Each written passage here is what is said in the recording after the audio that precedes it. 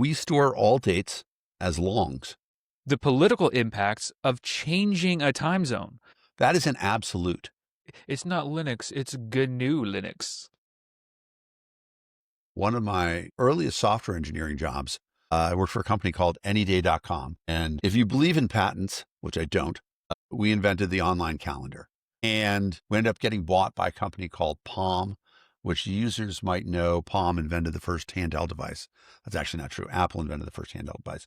Palm invented the first commercially successful handheld device. Yep. I have my Palm 5 around here somewhere.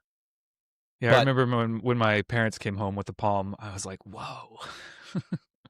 Well, you mentioned creating a calendar in software, and it reminds me of an article, one of my favorite articles actually, that I try to have every developer read if they haven't yet. It's called UTC is Enough for Everyone, right?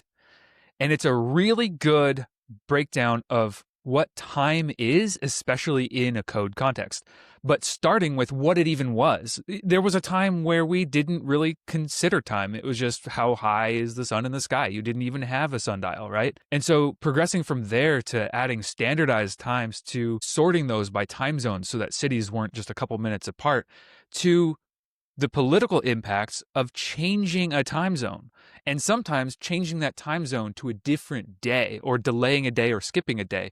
And you might skip, it was something like December 29th in one time zone. And it's what that means for a programmer. And it's such a good read. It's really interesting to say that because for sure, one of the, and I will believe this all the time, and we do this in Reel Report. We store all dates as longs, 20-digit integers, which is, some people call it Unix time or epic time or whatever it is. And it's important because there is, the time that it is in Unix time for me in Washington, D.C., and for you in Sacramento is actually the same. Yeah. And then time zone is a filter on top of that displays what we think the hours and minutes, et cetera, are. Yep. And the display for the user should be available to change. You should be able to do that change on the front end, on the user side. But their UTC is always going to remain the same, and it always should be. Yep. And then there's a very interesting thing that we learned at Palm, and I've never seen anybody else do this, but we had a row of days, essentially a table that was called days. And all it had in it was, we built this in 1999. So it started 199-0101, 199-0102, because we're Americans and we did it that way. But so then if you had a date, you could calculate the days between very quickly in integers because that's where they were. Rows. Yeah.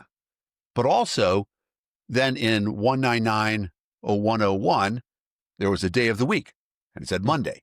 And so now you could easily calculate, 7 Mondays from today, regardless of what the day of the week was, stuff like that. And there are date packages that do all that stuff. My current favorite date package for JavaScript is Days.js. I know there are other ones out there that people use. Yeah, I was using Moment up until they recently, I think they're deprecated now. They recommend Days.js, I believe, or just plain date objects, since those are so much better than they used to be.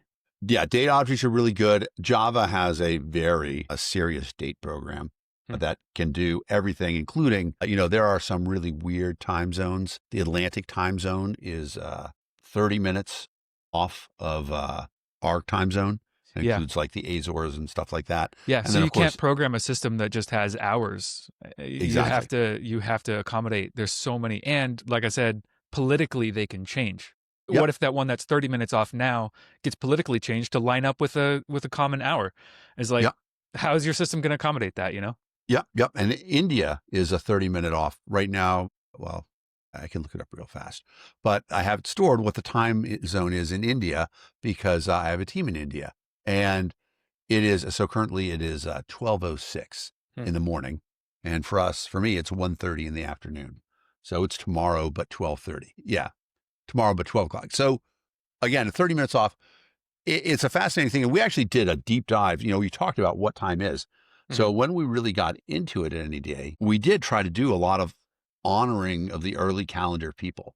In fact, our primary database machine was called Mayan because of the Mayans calendars and how accurate they were. And we would always make references to, time is so important for a lot of things. It really is sort of the fourth dimension. If you tell somebody where you're going to be, you have to give them an X, a Y, and a Z coordinate, but you also have to give them a time. Otherwise, you guys aren't going to meet up. Absolutely. And, I think about one of the important things about how Ptolemy did his experiments to prove that the Earth was round, obviously long before Columbus. And one of the important things that they did was they had poles that were 10 feet high, and then they had candles that burned at the same rate. And so Clever. They lit the candles. One person traveled all night to the west, put their thing in, and when the candle was at that point, how big is the shadow? And the fact that it's different proves that the Earth is round, despite what some people that we know might say. Oh, I've gone down the rabbit trails of listening to those debates, and they are quite entertaining. Yeah, it's some crazy stuff. So circling back around to the three virtues as written by Larry Wall, who is the inventor of Perl, by the way. Okay. People who don't know Perl was essentially a language. I mean, it's still around, but it was built on top of all the amazing tools that are in Linux. And, this is going to be an interesting Linux ethics conversation. Being in Boston, I spent some time around Richard Stallman and the Free Software Foundation, the peoples behind GNU. And people who don't know, GNU is meant to be a recursive algorithm. GNU is not Unix. Right. And it's not Linux, it's GNU Linux. Well, but there really is something to that. Sure. Because if you've ever used the ls command, right? Richard Stallman wrote that. I love the ls command. Exactly. All the time. Exactly. Chmod, Chown, almost all of the utilities were built by the Free Software Foundation. Linus wrote the kernel. I don't care. Call it Linux. It's a good name. It's better than GNU Linux.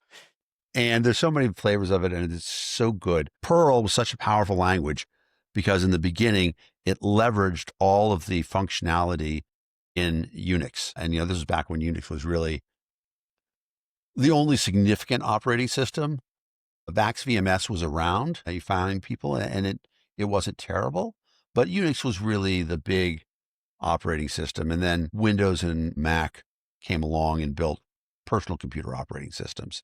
But Unix was really powerful and had a lot of great tools, and Perl could leverage those tools. And that was a really important lesson for everybody, that in many ways, even though nobody was saying microservices, that's really what it was, you know what? I don't have to build a sorting algorithm because Unix has a built-in sorting algorithm. And I don't have to build a pattern matching algorithm because Unix has a built-in pattern matching algorithm. And all these things that you could leverage off of the OS, and they worked great.